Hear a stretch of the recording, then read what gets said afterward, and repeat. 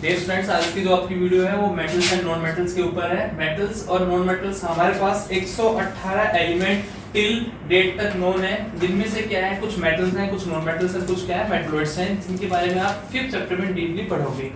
Next अगर हम बात करते हैं मेटल्स के बारे में, मेटल्स क्या होते हैं, तो metals are electropositive elements. Metals क्या होते हैं, इलेक्ट्रोपॉजिटिव एलिमेंट्स होते हैं, because metals and non metals are parts of elements. अब एलिमेंट्स क्या होते हैं, एलिमेंट्स आर प्योर सब्सटेंस। जो प्योर सब्सटेंस होते हैं उनको बोलते हैं एलिमेंट, और एलिमेंट को क्लासिफाई किया गया है किसमें, मेटल्स एंड नॉन मेटल्स में। तो मेटल इलेक्ट्रोपॉजिटिव एलिमेंट्स क्यों होते हैं, because all metal donate electron. हर एक मेटल्स क्या करता है, इलेक्ट्रॉन को डोनेट करता है, और जो इलेक्ट्रॉन डोनेट करते हैं दे कैरी पॉजिटिव चार्ज। वो पॉजिटिव चार्ज कैरी करते हैं, that's why metal are electropositive elements. इसलिए मेटल्स क्या होते हैं, इलेक्ट्रोपॉजिटिव एलिमेंट्स होते हैं।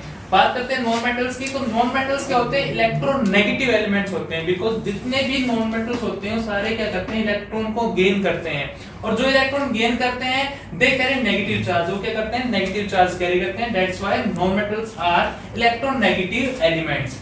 यहाँ से हमारे पास क्या है, मेटल्स और नॉन मेटल्स की चैप्टर में क्या करना है, फिजिकल और केमिकल प्रॉपर्टीज पढ़नी है। तो अगर हम बात करते हैं किसकी, फिजिकल प्रॉपर्टी ऑफ मेटल्स की, तो मेटल्स की फिजिकल प्रॉपर्टी और नॉन मेटल फिजिकल प्रॉपर्टी में डिफरेंशिएट करते हैं। तो सबसे पहले बात आती है सोनोरस। सोनोरस मतलब क्या होता है, साउंड जनरेट करना, प्रोड्यूस करना। जितने भी मेटल्स होते हैं ऑल मेटल प्रोड्यूस साउंड्स, लेकिन जितने भी नॉन मेटल्स होते हैं वो साउंड जनरेट नहीं करते हैं आफ्टर बीटिंग। नेक्स्ट आता है डक्टिलिटी और मेलेबिलिटी। ये दो प्रॉपर्टी जो होती है मेटल्स की, ये बहुत ही इंपॉर्टेंट है। इनके ऊपर क्या होते हैं आपके क्वेश्चंस भी बनते हैं।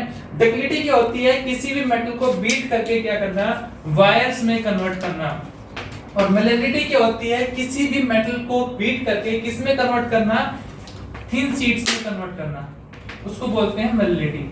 These are दो most characteristics of metals, दो most important property है metals की, ductility and malleability, और ये non metals में present नहीं होती है। बात करते हैं lustrous की। lustrous मतलब होता है shiny surface। जितने metals होते हैं सबका क्या होता है, surface होता है। लेकिन यहाँ पे एक एक्सेप्शनल केस है आयोडीन। आयोडीन एक नॉन मेटल है जिसकी क्या होती है, lustrous होती है। बात करते हैं कंडक्टर ऑफ इलेक्ट्रिसिटी। जितने भी मेटल्स होते हैं are good conductor of electricity. यहाँ पे भी अगर हम एसोसिएशन की केस की बात करते हैं तो यहाँ पे हमारे पास आता है ग्रेफाइट। ग्रेफाइट एक नॉन मेटल है जो कि क्या होता है, इलेक्ट्रिसिटी को कंडक्ट करता है। Only graphite is a non metal which conduct electricity. बात करते हैं सॉलिड। जितने मेटल होते हैं जनरली क्या होते हैं, सॉलिड होते हैं रूम टेम्परेचर, लेकिन यहाँ पे एक्सेप्शन केस मेटल का ही है, मरकरी। मरकरी जो होता है वो रूम टेम्परेचर पर लिक्विड होता है। जनरली मेटल जो होते हैं वो हार्ड होते हैं, लेकिन एक्सेप्शन केस यहाँ पे भी है सोडियम और पोटेशियम का, वो बहुत ही सॉफ्ट होते हैं जिनको हम नाइफ से काट सकते हैं।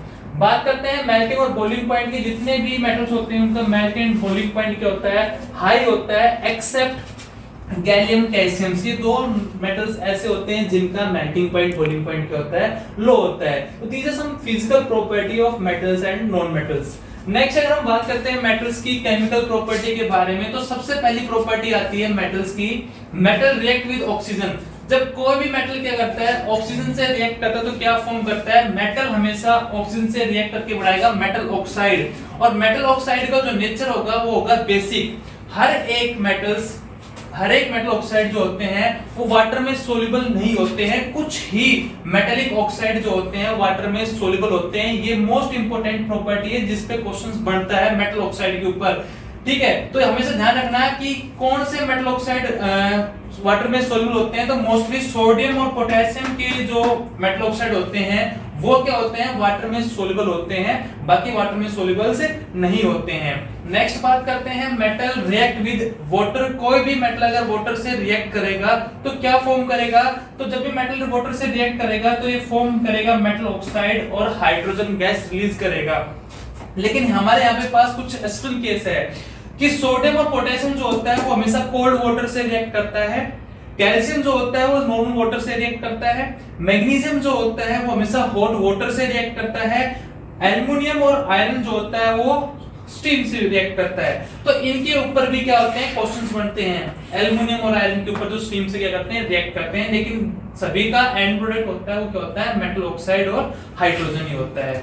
नेक्स्ट वन अगर हम बात करते हैं मेटल्स की, मेटल रिएक्ट विद एसिड। कोई भी मेटल अगर एसिड से रिएक्ट करेगा तो क्या फॉर्म करेगा, metal react with acid they form salt and hydrogen. वो सोल्ट और हाइड्रोजन फॉर्म करेगा। यहाँ पे जितने भी आपका एनसीईआरटी या बोर्ड एग्जाम के हिसाब से क्वेश्चन बनता है वो इन दो प्रॉपर्टी के ऊपर मोस्टली बनता है, वैसे तीनों प्रॉपर्टी पर क्वेश्चन बनता है, ठीक है। इससे भी क्वेश्चन जो बनता है क्या बनता है कि ये नाइट्रिक एसिड का HNO3 नाइट्रिक एसिड की नाइट्रिक एसिड जो होता है, कोई भी मेटल अगर नाइट्रिक एसिड से रिएक्ट करता है तो हाइड्रोजन गैस रिलीज नहीं होती है। क्यों नहीं होती है? तो इसका रीजन ये होता है nitric acid is strong oxidising agent. Nitric acid जो होता है वो स्ट्रॉन्ग ऑक्सीडाइजिंग एजेंट होता है, दैट्स व्हाई जैसे ही क्या करेगा कोई भी मेटल से रिएक्ट करेगा, जैसे ही हाइड्रोजन गैस रिलीज करेगा वैसे ही क्या करेगा उसमें ऑक्सीजन ऐड कर देगा और वाटर फॉर्म कर देगा। लेकिन यहाँ पे हमारे पास कुछ एक्सेप्शन केस है मैग्नीशियम का और मैंगनीज का। ये दो एलिमेंट ऐसे होते हैं जो नाइट्रिक एसिड से रिएक्ट करके हाइड्रोजन गैस लिबरेट करते हैं।